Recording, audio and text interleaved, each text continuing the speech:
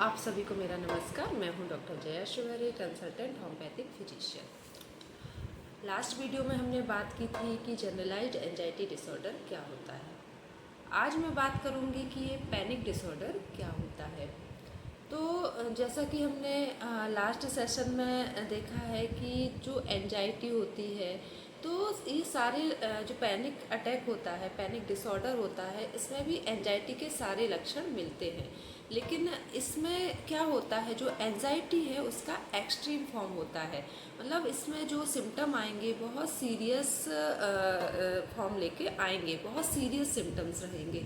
जैसे हमने बताया था कि घबराहट होती है पेशेंट को, बहुत ज़्यादा ब्रेथलेसनेस फील होती है, चेस्ट में पेन होता है, हाथों में कंपन होता है और चक्कर आते हैं, चक्कर आके गिर जाता है पेशेंट। और इसमें क्या होगा, पेशेंट को बहुत ज़्यादा चेस्ट में पेन होगा और पेशेंट को ऐसा लगेगा हार्ट का अटैक आ रहा है। लेकिन जब उसको कभी कभी ये जो सिम्टम हैं बहुत ज़्यादा बढ़ने लगते हैं, उसको हार्ट अटैक जैसे सिम्टम्स क्रिएट होने लगते हैं, तो उसको हॉस्पिटलाइज कराया जाता है। जब उसको हॉस्पिटलाइज कराया जाता है तो उसके सारे रिपोर्ट्स कराए जाते हैं, सारे इन्वेस्टिगेशंस कराए जाते हैं। तो सारे इन्वेस्टिगेशंस नॉर्मल आते हैं, जैसे कि ईसीजी हुआ, एमआरआई हुआ या फिर ब्लड टेस्ट हुए। तो उसके बाद भी पेशेंट के मन में कहीं ना कहीं एक डर बना रहता है, नहीं कोई चीज़ मिस हो गई है। तो वो फिर से सारे टेस्ट कराता है, फिर से सारे टेस्ट नॉर्मल आते हैं। तो डॉक्टर उसको बताते हैं कि आपको ये पैनिक डिसऑर्डर है, आपको पैनिक अटैक आया था। तो फिर भी पेशेंट को कहीं ना कहीं एक डर सा बना रहता है, और ये जो डर है वो ही उसके पैनिक अटैक का कारण बनता है। जो ये डर है यहीं से शुरू होता है, पैनिक डिसऑर्डर से पैनिक अटैक तक का सफ़र। तो इसमें क्या होता है, जो इसका डर है, जो उसको बार बार डर लग रहा है कि नहीं कोई कुछ ना कुछ गड़बड़ तो है, मुझे कोई हार्ट का इशू तो है, तो वो धीरे धीरे चीज़ों को अवॉइड करना शुरू कर देता है। चीज़ें मतलब वो अगर एक्सरसाइज करता है तो वो एक्सरसाइज करना अवॉइड करने लगता है, वो सीढ़ियों को चढ़ना अवॉइड करने लगता है, बाहर अकेले जाना अवॉइड करने लगता है। उसको ऐसा लगता है कि अगर मैंने ये किया और अगर ये अटैक फिर से आ गया तो मैं क्या करूँगा।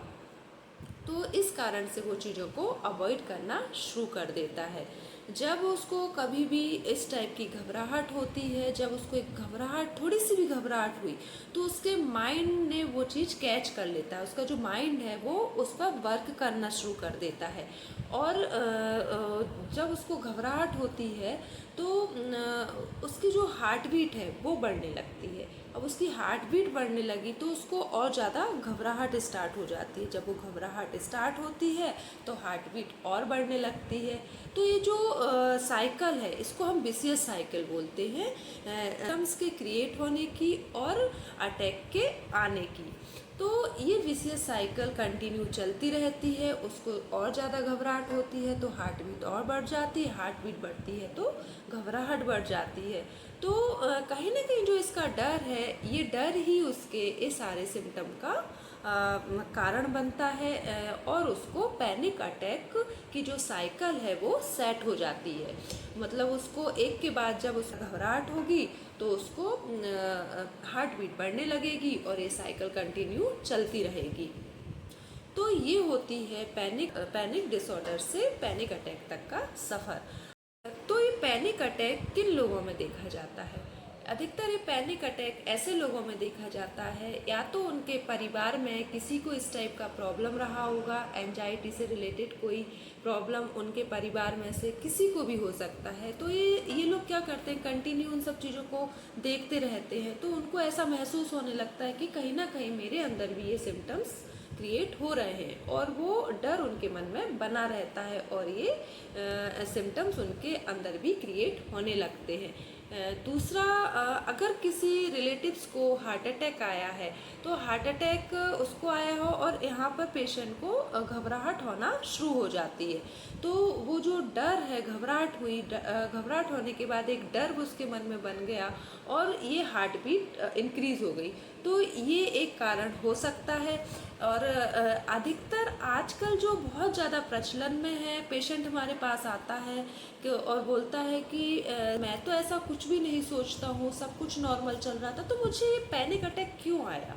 तो मैं तो ना कुछ भी नहीं सोचता, मेरी लाइफ एकदम नॉर्मल है। तो अगर उसको जब घबराहट होती है, अगर कोई भी उसको ऐसा सिम्टम महसूस होता है, तो आजकल बहुत ही ट्रेंड में है, लोग गूगल करने लग जाते हैं, गूगल में पूरा खंगाल डालते हैं कि आखिर ये सिम्टम क्यों आया, किस कारण से आएगा ये सिम्टम, मतलब आखिर किस बीमारी में ये सिम्टम आता है।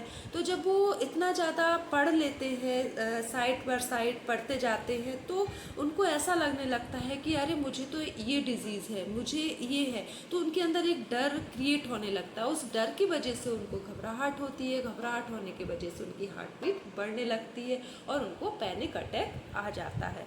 तो ये है पैनिक अटैक होने का कारण।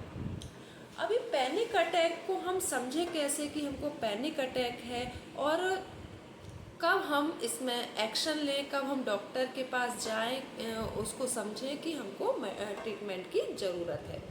तो जब ये जो एंजाइटी के लक्षण हैं पहले कुछ दिन के लिए रहेंगे, और जब ये लक्षण कंटिन्यू हमारी जो डे टू डे लाइफ है, हमारी जो क्वालिटी ऑफ लाइफ है, अगर उसको ट्रिगर करने लगे हैं, उसमें कुछ परेशानियां क्रिएट होने लगी हैं, हमारे काम रुकने लगे हैं उसके कारण से, तो हमें सोचना चाहिए कि कहीं ना कहीं कुछ ना कुछ गड़बड़ है। और जब ये सिम्टम्स 1 मंथ या फिर 1 मंथ रहेंगे, फिर अगर ये सिम्टम कंटिन्यू 6 मंथ तक कंटिन्यू रह रहे हैं, तो हमको इस टाइप का प्रॉब्लम हो सकता है, हमको पैनिक डिसऑर्डर हो सकता है और हमको इसके लिए ट्रीटमेंट की ज़रूरत है। तो ये होता है पैनिक डिसऑर्डर या फिर पैनिक अटैक। तो आज के लिए इतना ही, धन्यवाद।